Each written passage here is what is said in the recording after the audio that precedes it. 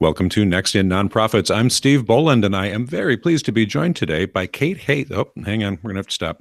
I forgot to kill my camera. Okay. And I'm going to ask you to do the same. Again, there's a little button at the top here when you hover, just Yeah. because that will keep the bandwidth focused on the audio so we don't have as many skips and stumbles. Okay. Sometimes if the office bandwidth gets chewed up, the video is the first thing that tries to grab all the capacity, and then the audio doesn't sound good. So Gotcha. I am going to just stop all video before we start so that we can have our best shot. It may still skip a little bit. It is internet recording, but the most we can do anyway.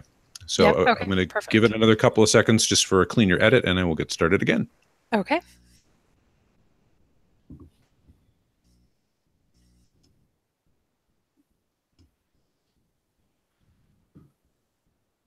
Welcome to Next in Nonprofits. I'm Steve Boland, and I am very pleased to be joined today by Kate Hayes, the Director of Direct Impact. Kate, thanks for taking the time. Thank you so much for having me, Steve.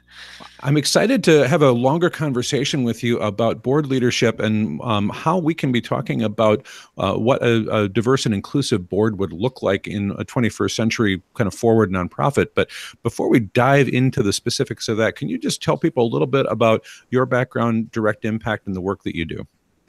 Absolutely. So I am the head of direct impact at Echoing Green. Echoing Green is an organization that has been supporting social entrepreneurs working around the globe for the past 30 years.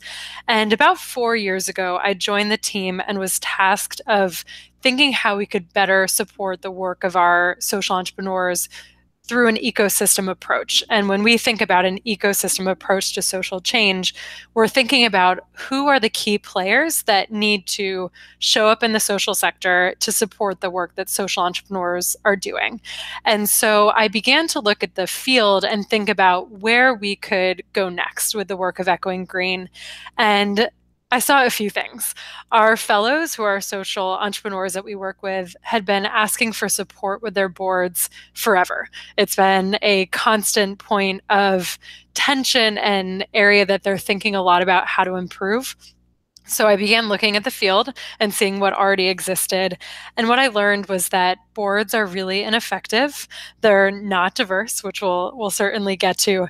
And there is very few training programs that existed.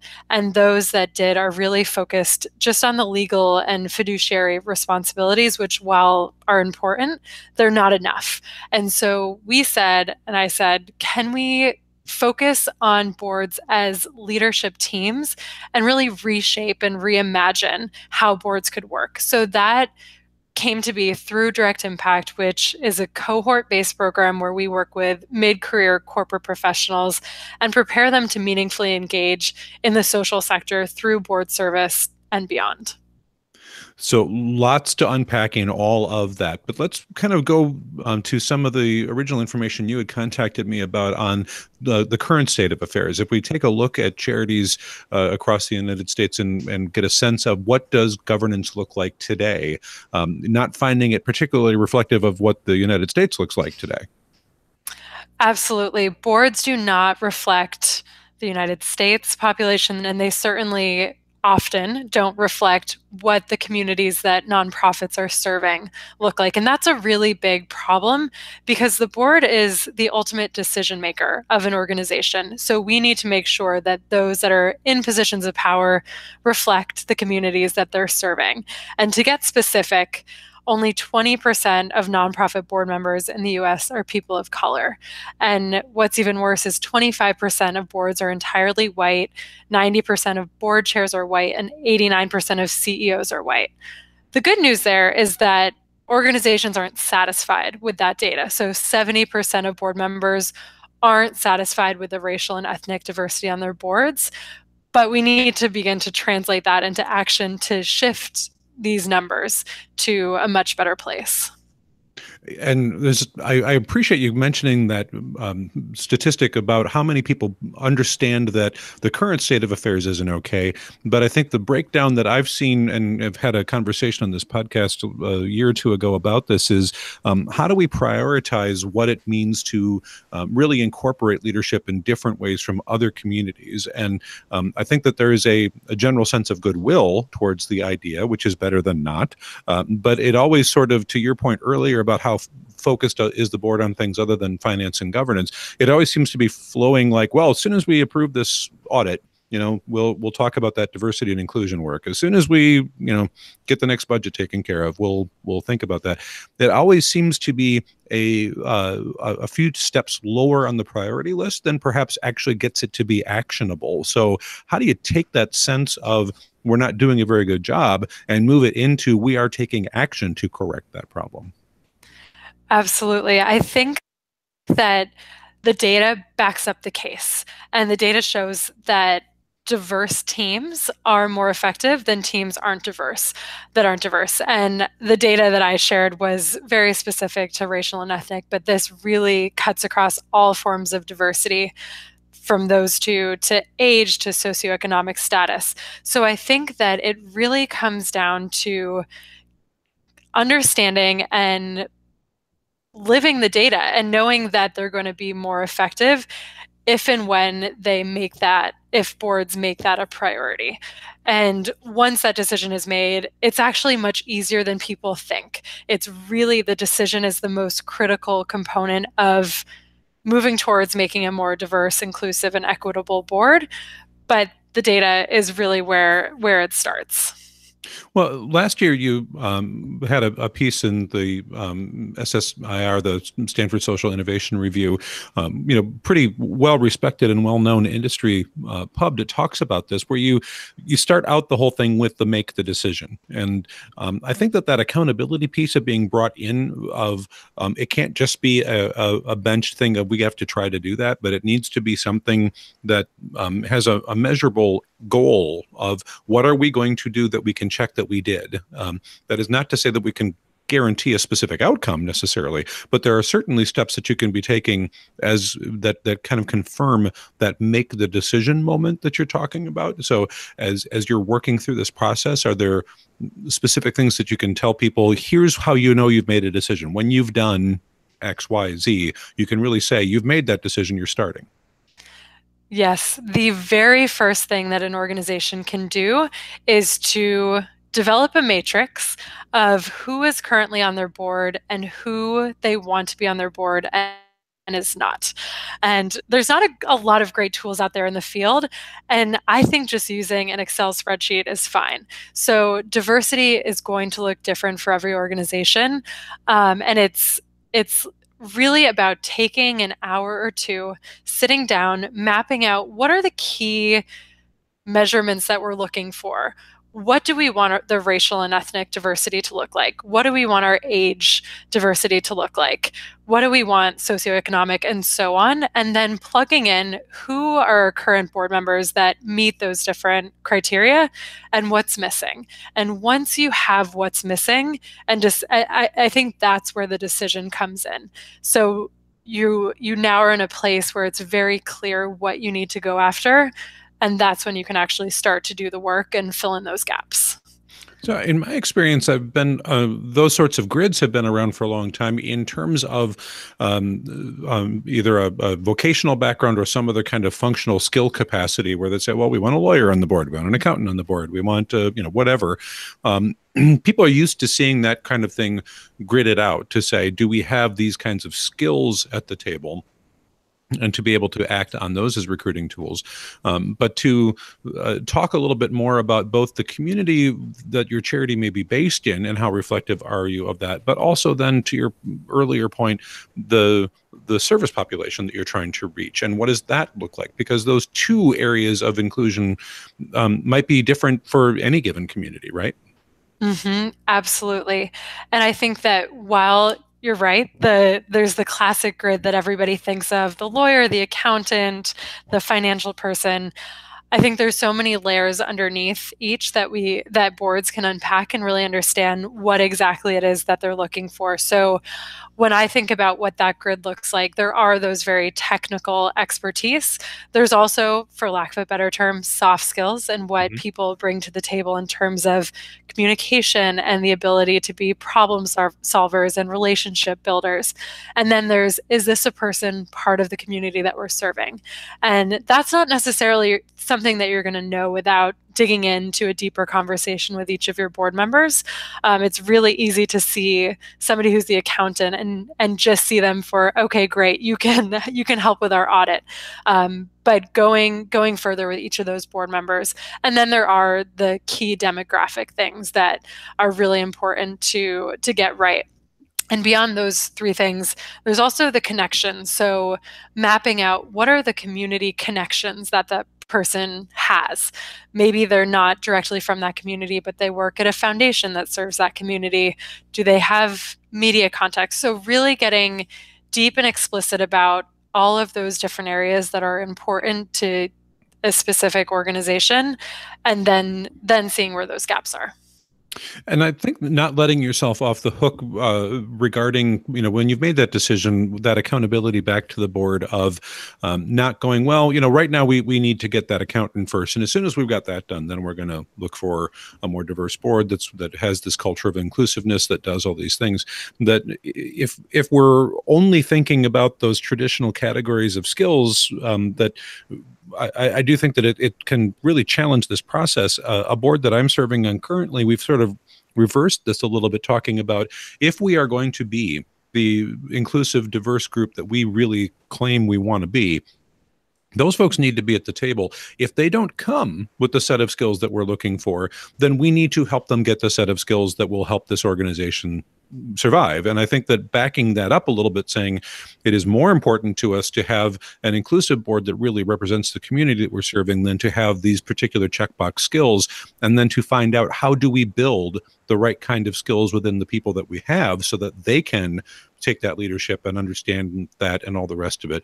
But that's a different prioritization than we've probably seen in the past. You're absolutely right. And I think that that actually really brings up the point that all board members need training. Yes. Boards, it's something like 83% of board members have not gone through any sort of training. So if you can get the right people in the room that reflect exactly what you're looking for, you can build in those skill sets through really strong intentional training.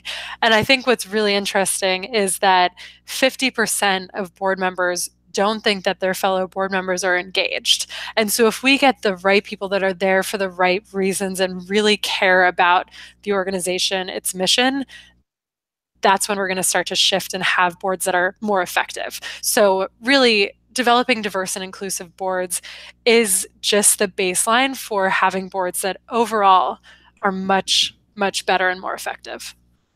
Can you talk a little bit about the idea of inclusivity around culture change in particular? Because I think that many boards start the process from a place of boards of directors in the 20th century work this way. So this is how boards have to work. We have Robert's Rules of Order. We divide into committees. We do these things. But there is nothing in law that requires you to use parliamentary procedure in a meeting if that's not an inclusive process for everybody. It's just sort of a default. And I think coming out of those assumptions about what is our governance process going to look like so that it is more reflective and inclusive of the people that are here is a shift for many boards to begin to think about there, where they maybe don't even consider that until somebody puts it in front of them. Yes. This is one of the areas that I get most excited about, which is how do we shift this culture to create more inclusive boards and just better performing boards. I think that the thing that is often missing in boards is developing relationships amongst board members and really developing that partnership, that true trusting partnership between board members and the executive director or CEO. And so when I think about how do you create a culture, whether it's from scratch with a very early stage board or with a much more established board that has made that decision to become more inclusive and diverse, the very first thing that's important to do is really to build trust amongst board members. And I think there's a few ways that you can do that intentionally. The first really comes down to developing strong group norms and group practices. There's naturally a lot of the time power dynamics that exist in boardrooms, and it typically comes down to who's writing the biggest check. So that's something that we really want to change. But by actually getting everybody on the same page in terms of how they're expected to show up in board meetings and in those relationships. And I'm talking about simple group norms like being present, creating a safe space, understanding what curious questions look like, creating space for silence and for people to think and respond instead of just going from agenda item to agenda item, and doing that relationship building both inside and outside of the boardrooms is really impactful. There's actually finally data that shows that having social interactions amongst board members makes boards perform better, which is really exciting. And I think that's where inclusivity and this culture change begins. From there, it's really rethinking what an agenda looks like. I can't tell you how many times I go to board meetings and observe them, or I'm on boards, and you walk in, you approve the minutes from the last meeting, you go through everything that was in the pre-reading, and all of a sudden it's 2.5 hours in, you've got 30 minutes to talk about the strategic discussion. And so I like to flip that. And as we've begun to test and look at what board meetings could look like, really reimagine that, every board meeting should start with a relationship building moment. So each board member comes in, shares a little bit about what's going on in their life, and shares something that they've been thinking about in terms of the organization. Depending on how many board members, this will take no more than 10 or 15 minutes, but is a really strong way to connect people with each other and have everybody feel like they have a voice immediately as soon as the meeting starts. From there, going directly into the strategic discussion works really well. And when an organization is thinking about what does that strategic discussion look like, it's really important to get intentional about group facilitation and making sure that every voice is going to be heard in that conversation. And that requires having a great facilitator, whether it's the board chair, whether it's somebody on the team that is a good facilitator, and getting really clear on the outcome. Then the rest of the board to-dos can happen, but you'll have the two most important things right at the start where everybody has been heard. People are going to start showing up on time. They're going to feel more engaged. And that's going to help start shifting the culture around what board meetings can be like. And I think that an acknowledgement of the uncomfortableness of a process like this for people that have done the traditional board thing for a while, and I will, raise my own hand and say when some of the boards that I've been on have wanted to do that more personal development time thing, I'm the first one that cringes and go, oh gosh, do we have to? I don't want to do that. Can we just get the business done and I'm going to get rolling out of here?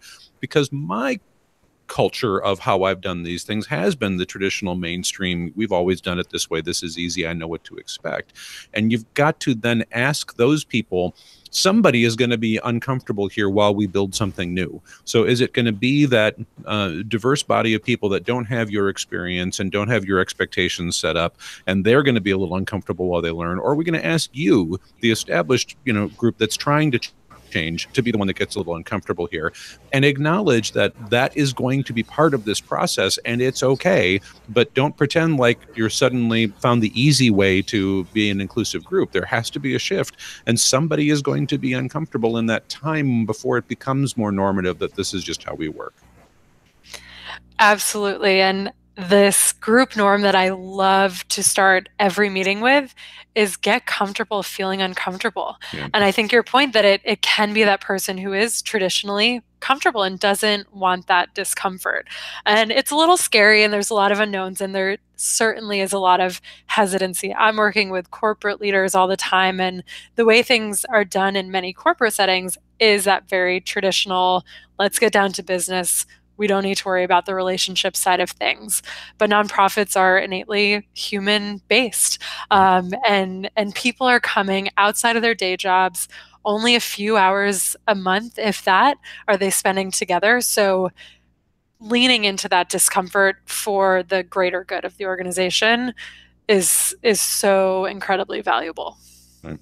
You mentioned earlier the idea of allowing some room for silence as a more inclusive practice, that there are times when some members coming into this work who don't have that comfort level may need a second to contemplate how do they want to participate, what's the right way for them. And if the same three or four board members are constantly jumping in and saying, I think X and I think Y, it doesn't really give that opportunity to build that broader coalition.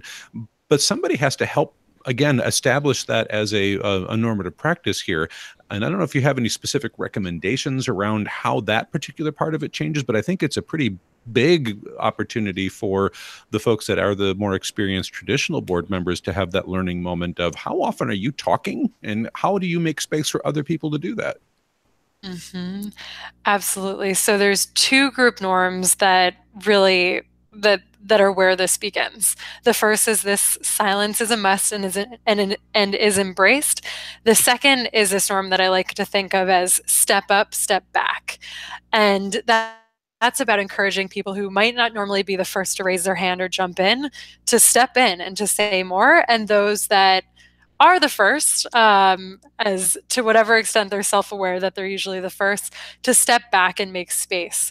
And it's it's much simpler than people think. Naming these as group norms at the beginning of every single meeting Yeah. is so important. And it's going to take time for that culture to shift. So that's really the first step is name them, explain what they mean, and in the first few meetings, also tell your board that you're going to point out when people are not stepping up or not stepping back and are not encouraging enough silence. And that can, once again, to the point of discomfort, that can make people feel uncomfortable, but it will over time begin to change that culture. So I think that's really at the core of how to create that silence, and making sure that people know that the silence might last longer than they expect, and that's okay too. Right. I really appreciate that emphasis on that particular piece. I think that that really is something that I've learned a lot from and is important to talk about. But there's other tools that kind of get to the same things that I'll have links in the show notes for some of these resources that you provided to me ahead of our conversation. But in the SSRI article, when you're talking about frameworks for how groups can have conversations that are non-traditional, that are doing things. You mentioned an appreciative inquiry process, for example, and you understanding some of what's going on in the differences of people using things like implicit association tests. Could you talk about either or both of those as ways of broadening out that cultural inclusiveness? Yeah, absolutely. So I think I'll start with a implicit association and move to appreciative inquiry.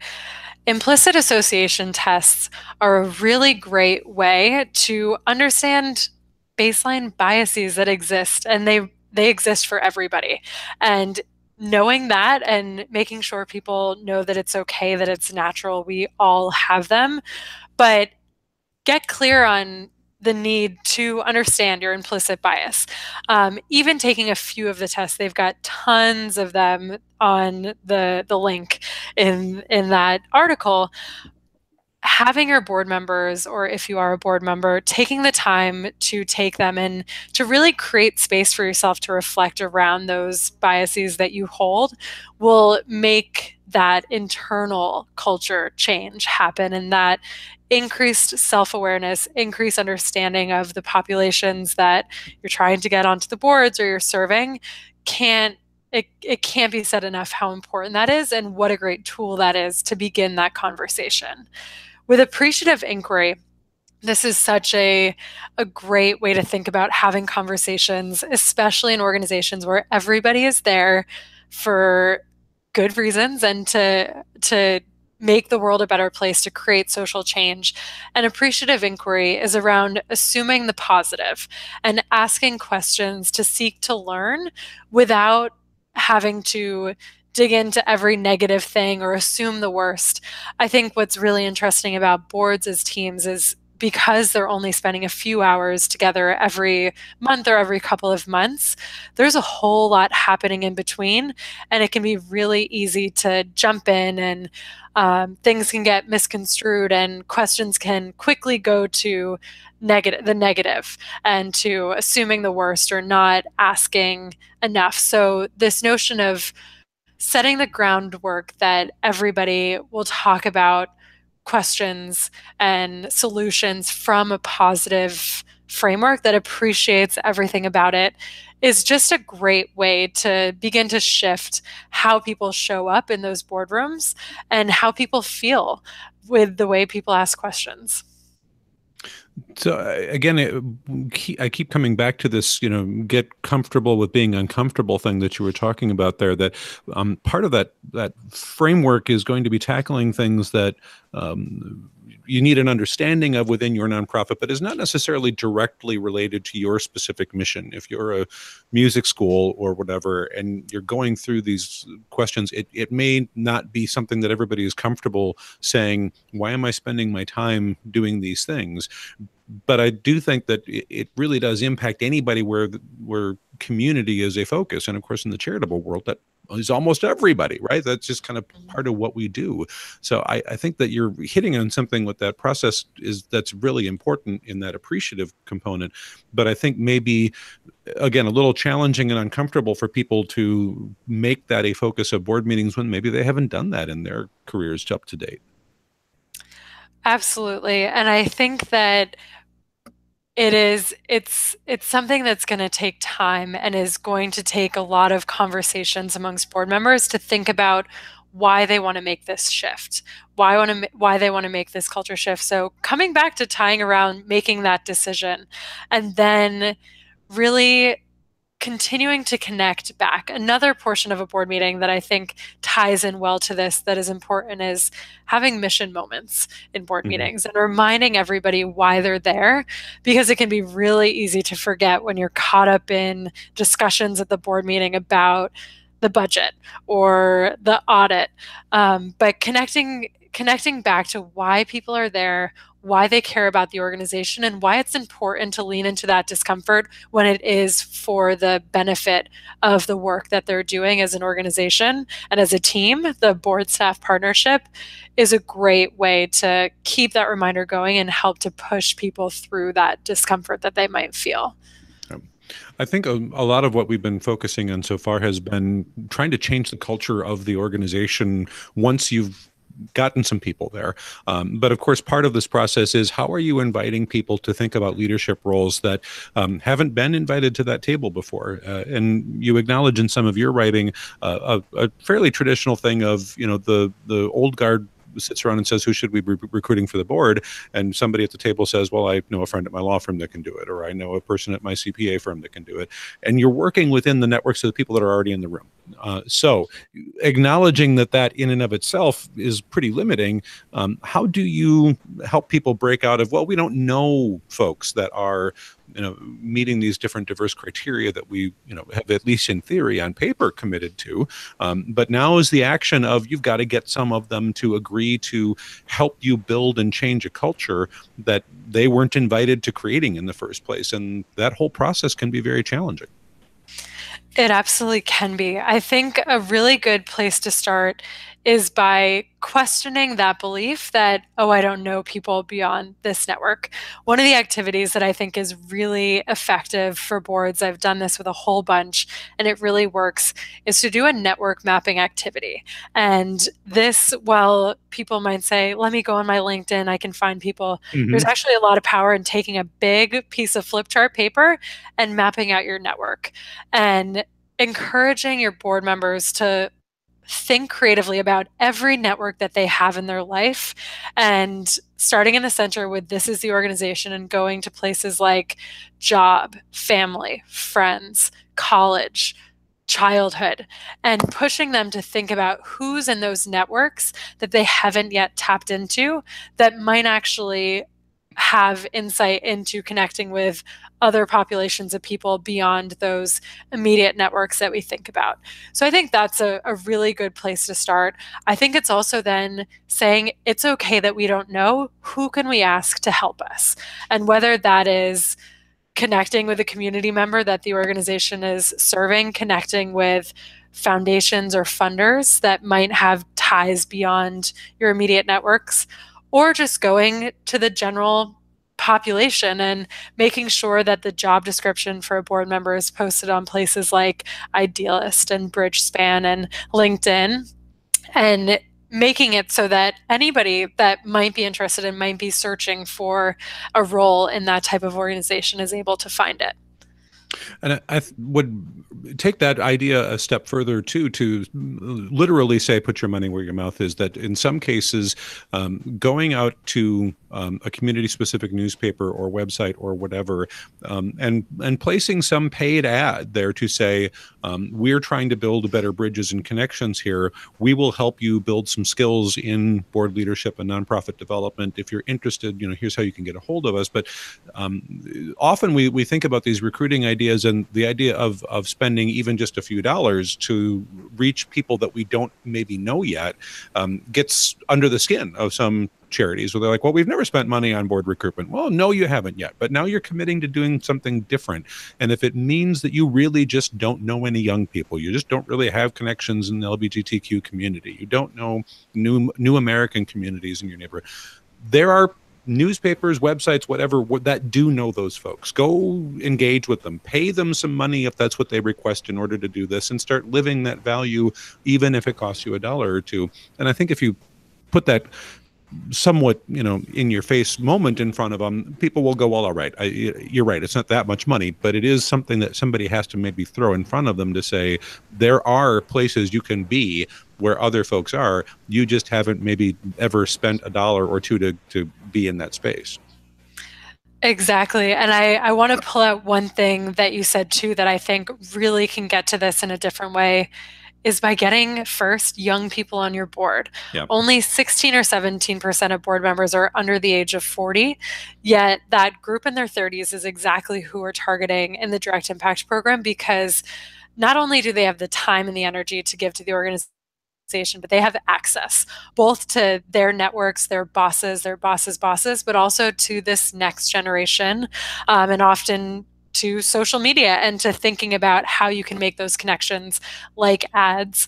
And I think that we first must get young people involved in boards. And there's a lot of perceptions about what young people can offer to boards, and a lot of those are misconceptions.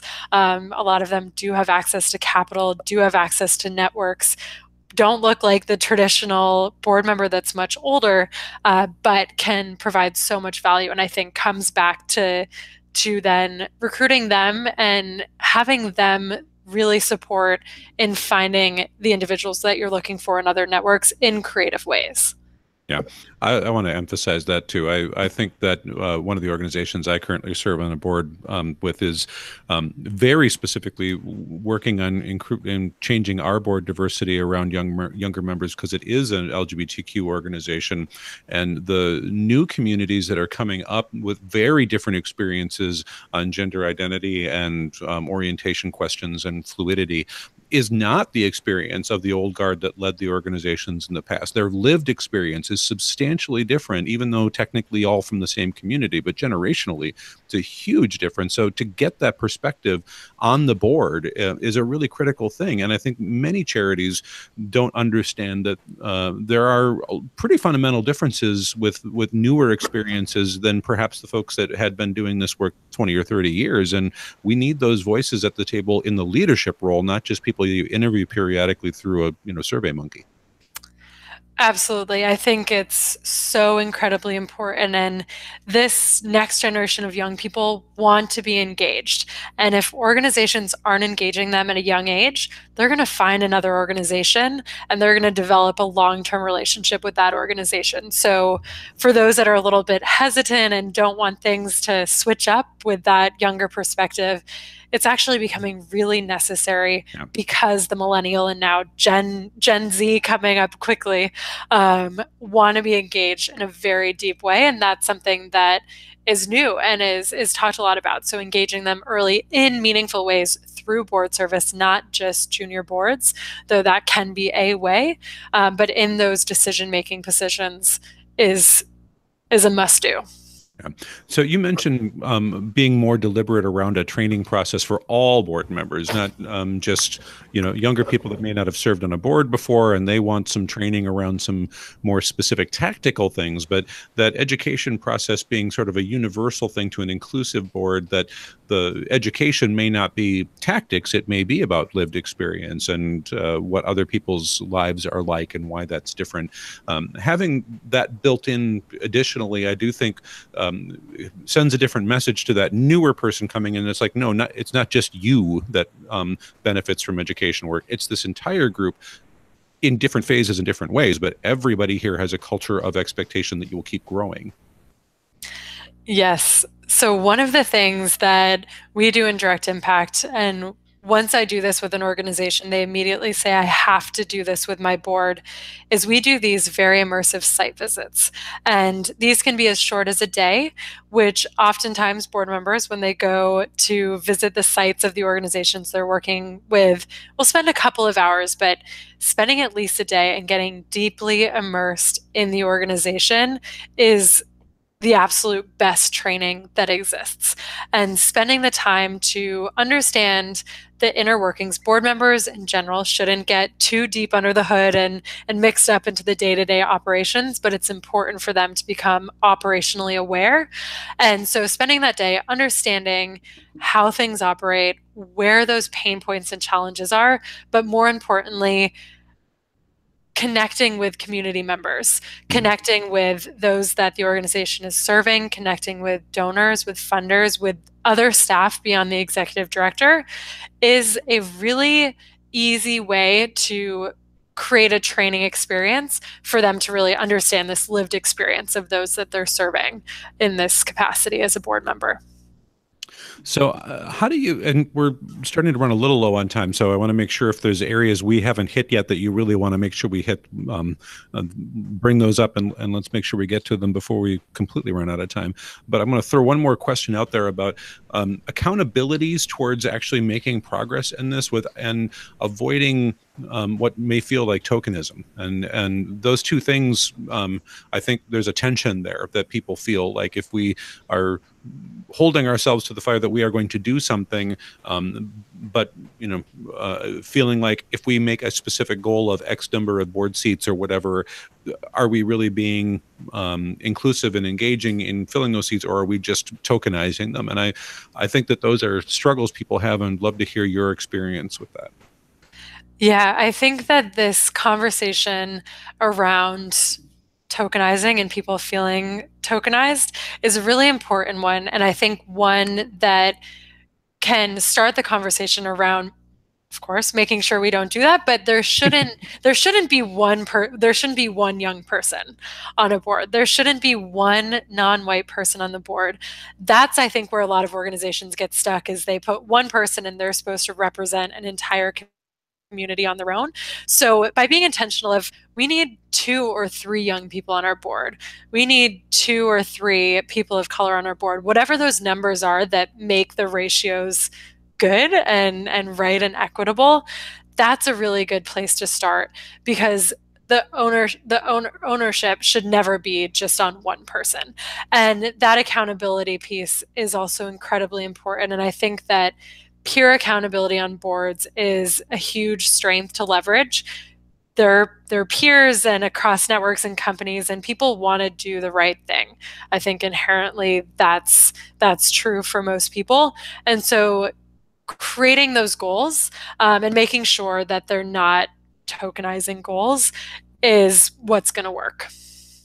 And understanding that, the board that's willing to put themselves in that uncomfortable position of shifting culture and legitimately sharing the decision making power with people that haven't been at the table before, are going to end up maybe with some goals of, we thought it was this, until such time as more people come in and change and go, you know what, that was a fine starting point, but now that we have a somewhat more inclusive group, their voices are at the table saying, well, really, we also need to be doing these other things or do them differently than you did them or whatever. And that's not to say that we're moving goalposts, but rather evolving once we get past the point of it being a very limited point of view from a fairly uniform group of people.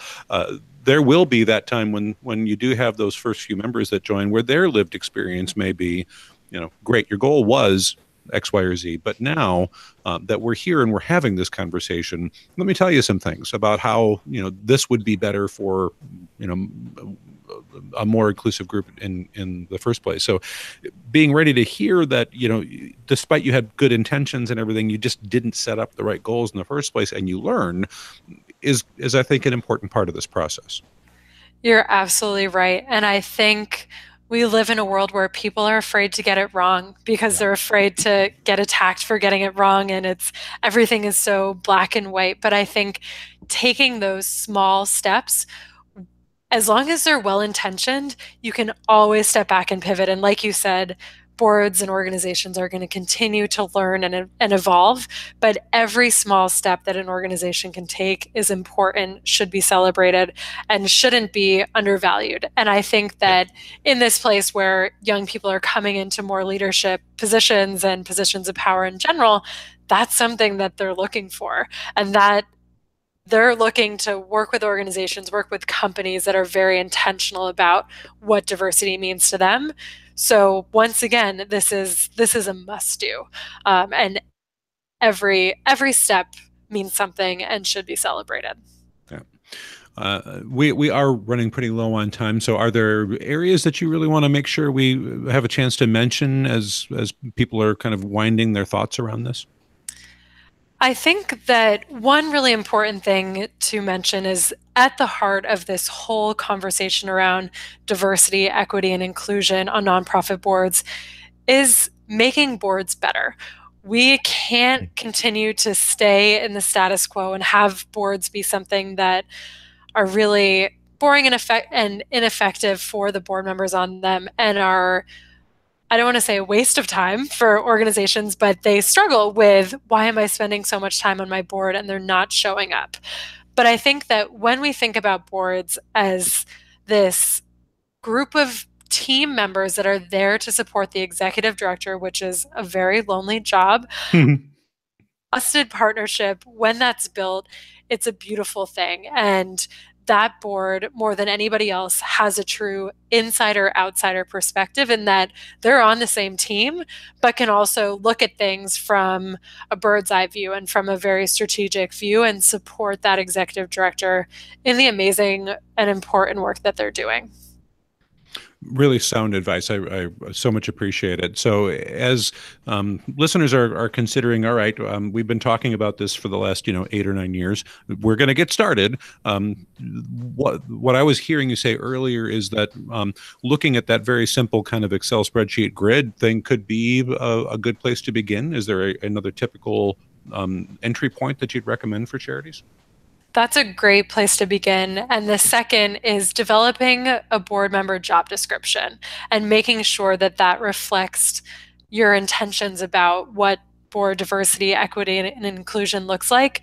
And from there, creating a recruiting process that looks the same for everybody that approaches your organization, and ultimately making decisions based on that grid and based on what those needs are so that you can make that board reflect what you want it to reflect, which is ultimately the community and a group of great people who are going to make better decisions and have better strategic discussions, all in service of the mission.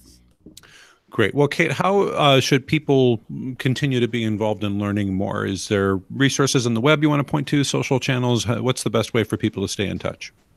Yeah, so the best way is go to echoinggreen.org and find Direct Impact. You can reach me. I'd love to continue this conversation with anybody who's interested. And you can follow Echoing Green on social media, Twitter, Facebook, LinkedIn. And of course, read the article, A Roadmap to Better Boards in the SSIR for some tangible action items that you can take. Great. And we'll have that linked in the show notes. So Kate Hayes, Director of Direct Impact, thank you so much for taking the time. Steve, thank you so much for having me and for such a great conversation. And we will edit there.